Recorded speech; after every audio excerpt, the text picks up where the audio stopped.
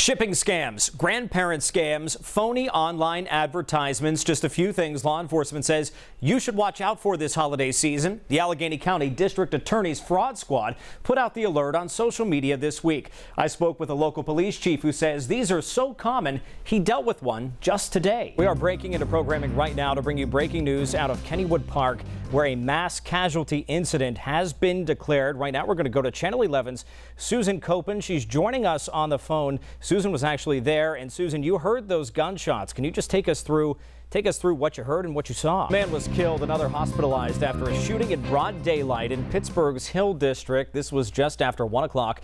Allegheny Valley Hospital will no longer offer inpatient mental health services to younger adults. Starting Monday, the hospital will only offer psychiatry services to patients 60 and older. She described emotional reunions happening between kids, teenagers, and their parents, picking them up. We talked to Susan Copen, who was there waiting to pick up her son.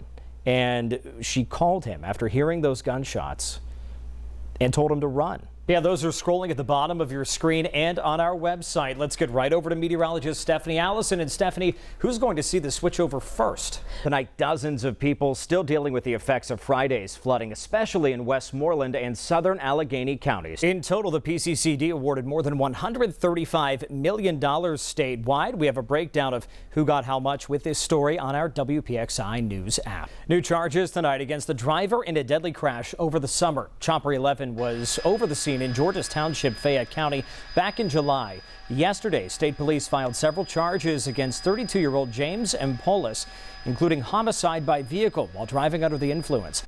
It was a wild day along Connellsville Road. Right now I'm standing under a carport. The wind was so strong today, it lifted these giant stakes up out of the ground and sent this entire structure flying through the air before coming to rest right here. A scary scene just a few hours ago outside this repo lot in McKeesport. Workers tell me a man came to get his car or die trying. And tonight we're showing you exclusive video that captured the entire ordeal. Now, this is an example of one of those bad burn barrels the chief was talking about. You can see it's old, it's rusted through, it has holes in it. It looks like it's going to tip over at any time. He says you should get rid of those barrels, replace it with something new. Now, as for Mark's family, there is a GoFundMe campaign set up for his wife and his 3 children. We have a link to that GoFundMe with this story on our WPXI News app. Reporting tonight, Rich Pierce, Channel 11 News. Well, Ryan, the crowds also braved that cold, and they still came out in the thousands. In fact, they were right here just a couple of hours ago where I'm standing right now. Of course, they're breaking things down. The main stage is being torn away, but the people we spoke with today are just so happy that they could be here and have a chance to kick off the holiday season in style. Yeah, David, that's right. I did speak with the pool owner, and I'll bring you exactly what he said in just a couple of seconds here. But I do want to tell you the response here is massive, and it has continued throughout the evening. You can't see a whole lot from where we are right now because we are pushed back pretty far away from the building right now. Besides those dozens of firefighters, we've seen members from the DEP, Hazmat. We've seen physicians from AHN and UPMC and more here. Now, this is a look from earlier when we first arrived. This building, it's again, like you said, a pool and spa business. It's gone. The building is gutted here. We're told the first call came in around 2:15. When crews arrived a few minutes later, flames had already engulfed that building. They were shooting out of the building. There were chemicals inside, and that's what led to the call for evacuation within a half-mile radius. We spoke with the owner of this business who walked us through what happened after the storm manager called him and told him the business was on fire. The project here to mitigate flooding started back in March, but the man who lives on the corner here, Frank Bear, says what he did not expect as part of this much-needed project was the nightmare that came with it. Let's take a look at the scene real quick here. It's just up the hill from here. Now, it's still pretty active, not quite as active as it was when we arrived. Yeah, well, the mood here has certainly changed about an hour ago. That's when Dr. Mehmet Oz took the stage, and since then the crowd has thinned significantly here. A lot of folks going home. It has been a long day after all. Now, he only spoke for a couple of minutes, but he thanked supporters, saying They proved to him tonight that they believe in him as much as he believes in them, and he says after all the votes in the state are counted, he's going to be on top. Yeah, David and Lisa, that contractor arrested just today. Court documents show that he was paid to do work at 3 homes here in Forest Hills. But not only did he not do the work, as you can see, he left a big mess. It's disappointing, to say the least. Tim Rindt owns 2 properties on Washington Road in Forest Hills. Finally found a gentleman that was willing to deal with those extra large block that my neighbor had put in prior. I wanted that exact wall, continued 160 feet down for both properties. The man he found was Eric Stasiowski of Perfection Contracting. According to court documents, the Rochester Borough man cashed checks for thousands of dollars from Rindt and another victim, but didn't finish the work, eventually breaking off communication entirely. So you've lost $20,000. You're going to have to pay $20,000 more, and you're not going to get what you wanted. Correct.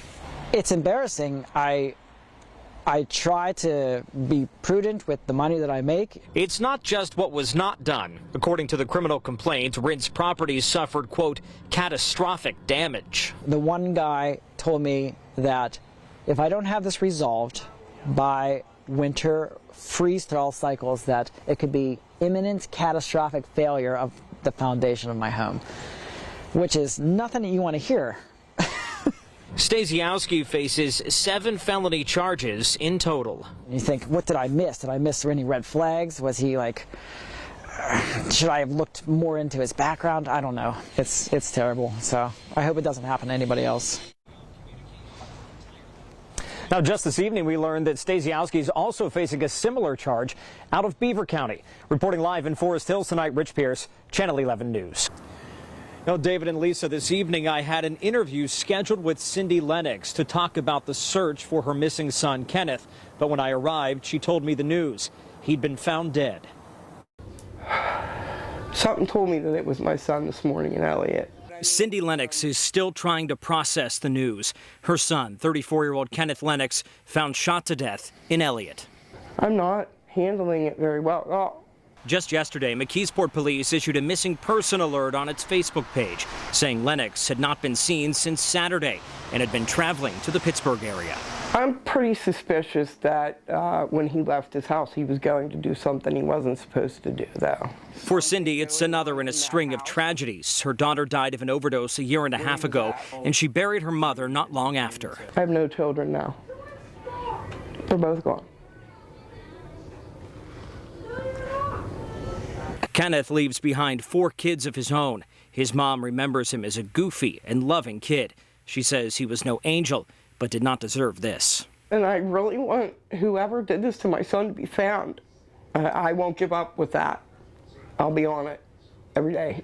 And she has one final message for the person or people who were responsible. I'll find you. And you better hope the police find you before I do. We have reached back out to Pittsburgh police this evening to find out if there's anybody who's been arrested in this case. We're still waiting to hear back. We'll, of course, pass that information along to you just as soon as we learn it. Reporting live at Pittsburgh Police Headquarters tonight, Rich Pierce, Channel 11 News. That's right. That stolen car, then found by its owner, set off a chain of events that led to 3 people in handcuffs, including the owner of that car. Ridiculous. Ridiculous. Justin Carr still can't believe what happened. On January 2nd, he woke up to find his car gone. He called Aliquippa police to report it stolen, but later that day, he found it himself. I called back and I said, I found my effing car. I don't need your effing help.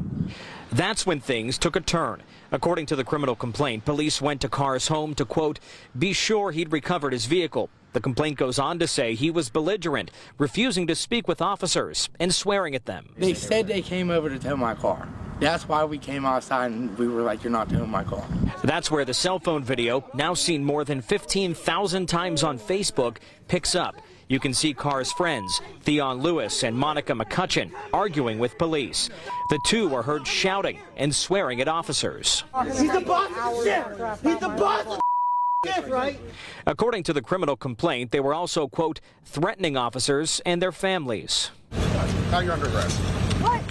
It's then officers move in to arrest Lewis. According to the criminal complaint, Lewis threw a punch that did not connect. The punch is not visible in this video. Lewis is then tackled to the ground, and while 2 officers restrain him, punched in the head. Stop! Stop! McCutcheon is also arrested.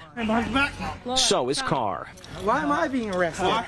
Maria Schofield is the mother of Theon Lewis. I can't even express how I feel about the situation. I was literally floored to the ground when I seen it, and I was wondering to myself, so at what point was that appropriate when you already had him on the ground? You already had his hands on his back. She says police acted wrongly and did not de-escalate the situation. Do you think he bears any responsibility for what happened? No, not that to that extreme. Now, Carr is facing a disorderly conduct charge tonight. McCutcheon and Lewis are facing assault charges. Now, I did speak with the county district attorney this afternoon. He told me that no complaint has been filed against police so far for use of force in this case. Lewis's mother said she has spoken to counsel and is planning on pursuing charges. Reporting live in Aliquippa tonight, Rich Pierce, Channel 11 News. Well, Ryan, the crowds also braved that cold, and they still came out in the thousands. In fact, they were right here just a couple of hours ago where I'm standing right now. Of course, they're breaking things down. The main stage is being torn away, but the people we spoke with today are just so happy that they could be here and have a chance to kick off the holiday season in style. They came out in droves. We just got to see the tree light up. Young and old, parents and kids. You having fun? Yeah, it's all about the family, not really about the presents. And even the canine. Are you having fun tonight? Is that a yes? That's a yes. To see not one tree lighting, but 2 this light up night Saturday, including the famous building side pine.